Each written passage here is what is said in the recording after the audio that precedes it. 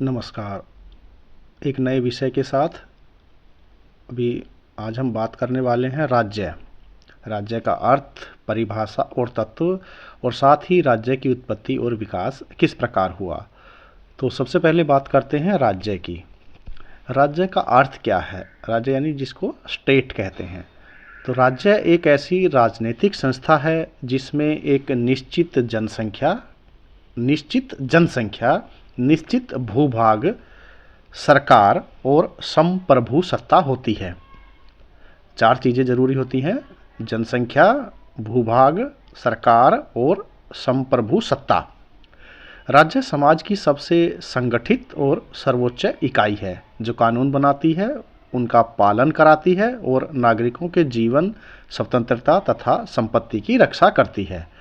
सरल शब्दों में कहें तो राज्य वह संगठन है जो समाज में व्यवस्था, सुरक्षा और न्याय बनाए रखने के लिए कार्य करता है।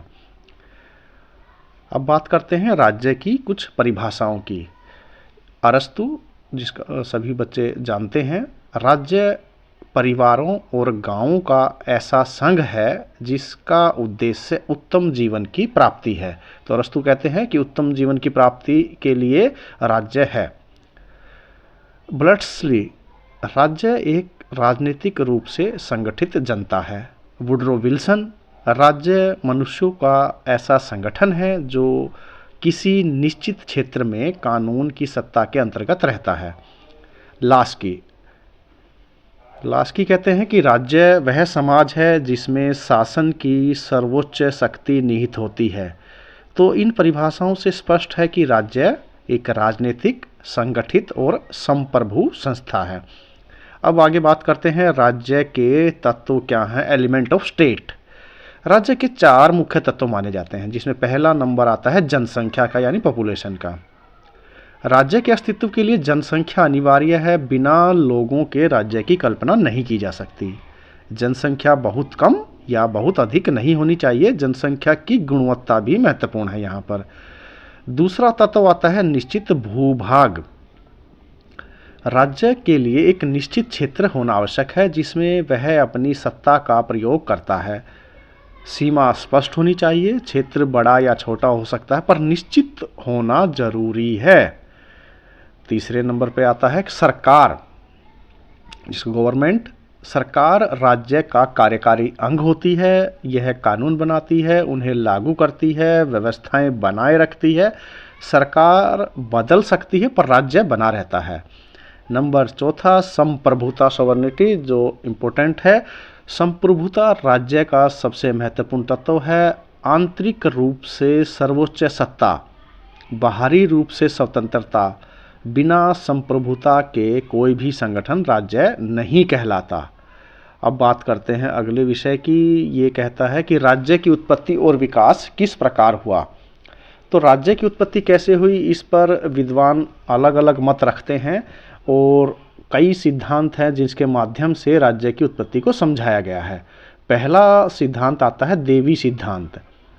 इस सिद्धांत के अनुसार राज्य की उत्पत्ति ईश्वर की इच्छा से हुई। राजा को ईश्वर का प्रतिनिधि माना गया, उसकी सत्ता को पवित्र समझा गया।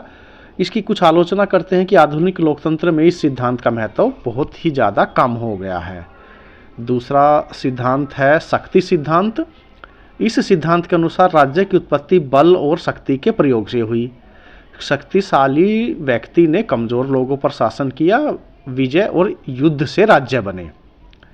तीसरा है सामाजिक अनुबंध सिद्धांत, सोशल कॉन्ट्रैक्ट थ्योरी। इस सिद्धांत के जो मुख्य समर्थक रहे हैं वो Thomas Hobbes, John Locke, Rousseau रहे हैं। इनके अनुसार प्रारंभ में मनुष्य प्राकृतिक अवस्था में रहता था। अराजकता से बचने के लिए लोगों ने आपस में अनुबंध करके राज्य की स्थापना की। अगला विषय आता है पितृसत्तात्मक सिद्धांत। इस सिद्धांत के अनुसार राज्य की उत्पत्ति परिवार से हुई। परिवार, कबीला, समाज से राज्य, और राजा को पिता के समान माना गया। एक अगला विषय है विकासात्मक सिद्धांत। इसमें कहते हैं कि यह सबसे आधुनिक और वैज्ञानिक सिद्धांत माना जाता है। इसके अनुसार राज्य की उत्पत्ति धीरे धीरे सामाजिक, आर्थिक और राजनीतिक विकास के परिणाम स्वरूप हुई। राज्य का विकास यानी डेवलपमेंट ऑफ स्टेट कि कैसे कैसे राज्यों का विकास हुआ। तो प्राचीन राज्य, उसमें सीमित कार्य थे, सुरक्षा और व्यवस्था मुख्य उद्देश्य था। मध्यकालीन राज्यों में राजतंत्र था, सामंतवाद था, चर्च का प्रभाव था। आधुनिक राज्यों में लोकतंत्र है, संविधान है, नागरिकों के अधिकार हैं। और कल्याणकारी राज्य में शिक्षा, स्वास्थ्य, रोजगार, सामाजिक न्याय आदि ये सारे आधुनिक कल्याणकारी राज्य के विषय हैं। अंत में निष्कर्ष के रूप में हम कह सकते हैं कि राज्य एक अनिवार्य राजनीतिक संस्था है जो मानव समाज को संगठित रूप में चलाने का कार्य करती है। इसके 4 तत्व हैं। नंबर 1 जनसंख्या, भूभाग, सरकार और संप्रभुता राज्य के अस्तित्व की आधारशिला है। ये चारों ही बिंदु राज्य के अस्तित्व की आधारशिला हैं। राज्य की उत्पत्ति और विकास एक लंबी ऐतिहासिक प्रक्रिया का परिणाम है। आधुनिक राज्य लोकतांत्रिक, कल्याणकारी और जन केंद्रित बन चुका है। तो इस प्रकार हमने राज्य का अर्थ, परिभाषा, तत्व और उत्पत्ति के बारे में विस्तार से चर्चा की है। आशा है आपको यह विषय समझ में आया होगा। बने रहिए अगले विषय तक।